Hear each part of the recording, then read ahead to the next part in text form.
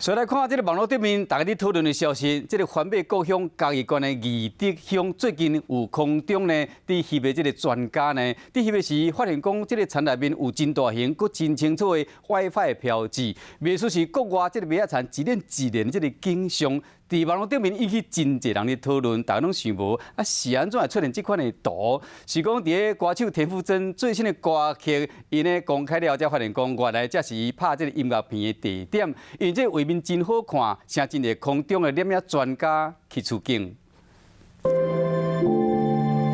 对天顶看，环北田竟然出现那卖田壳啊同款的景象，当然是真大的 WiFi 标志，引起地方民众的讨论。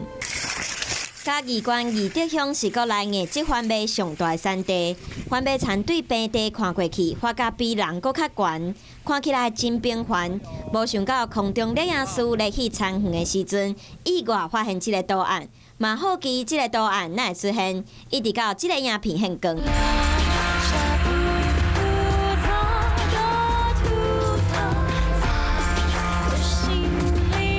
原来是歌手迄笔田馥甄上新的 MV 内底需要的场景。田馥甄伫环北田当中画面转换之间魔幻的美景，敢若伫国外。MV 的画面一现光，嘛互真侪空中摄影师想要来翕相。毕竟过一两个月，环北爱收成，就无法度搁看到安尼美景。爱环北甲用起，